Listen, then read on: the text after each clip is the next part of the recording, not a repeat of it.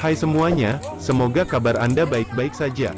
Terima kasih karena sudah memberikan support dan juga kesetiaan Anda untuk membangun channel ini. Hari ini saya akan mengajak teman-teman semua untuk melihat proses pembuatan taman, dari awal, sampai selesai. Oke lanjut. Ide kreatif bisa datang dari apa saja.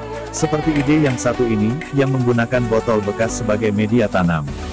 Botol plastik bekas itu juga bisa diberi cat warna-warni agar tidak terlihat monoton. Botol plastik itu hanya tinggal diletakkan dalam posisi tidur atau digantung.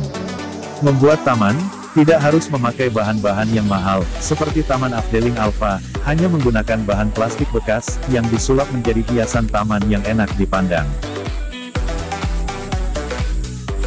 Tak melulu pagar besi, beton, atau kayu.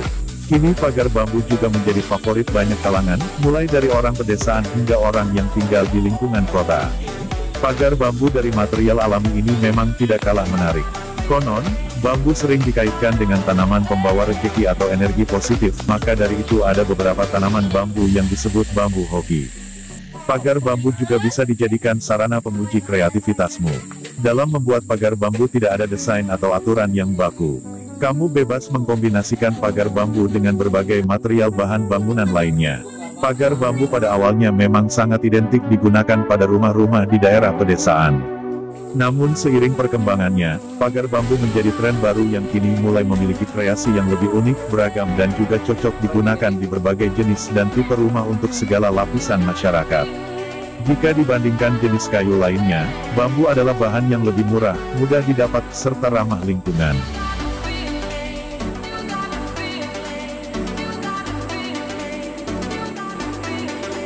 Dan untuk menambah suasana makin asri, kita juga menambah berbagai jenis bunga, yang terbuat dari kantong kresek bekas. Kita semua tahu sampah plastik, adalah jenis sampah yang paling sulit diuraikan dalam tanah. Cara tidak langsung kita sudah membantu pemerintah dalam mengurangi penumpukan sampah. Selanjutnya, kita juga bisa menggunakan plastik bekas untuk bahan pembuatan logo. Dengan begitu, kita juga mengurangi sampah plastik agar ramah lingkungan. Ini bagi berapa, Bu? Dibagi 11. Tadi kan 360 bagi 11. Oh iya, tinggal satu derajat itu ya. Benar.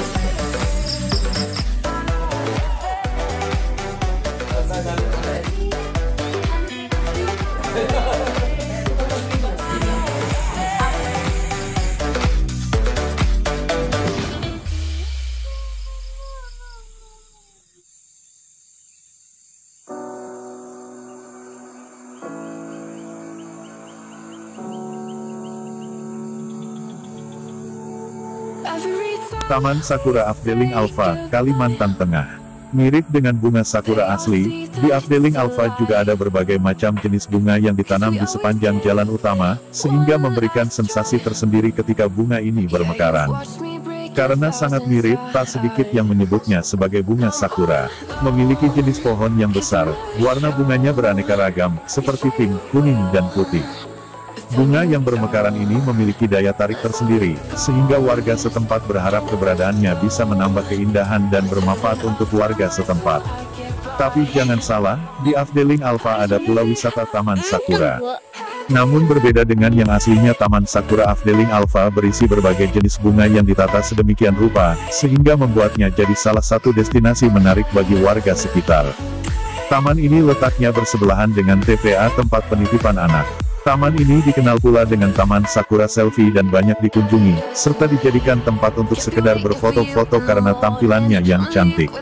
Apalagi Anda tak perlu membayar untuk tiket masuk Taman Sakura Selfie ini, karena tempat ini bisa dikunjungi secara gratis.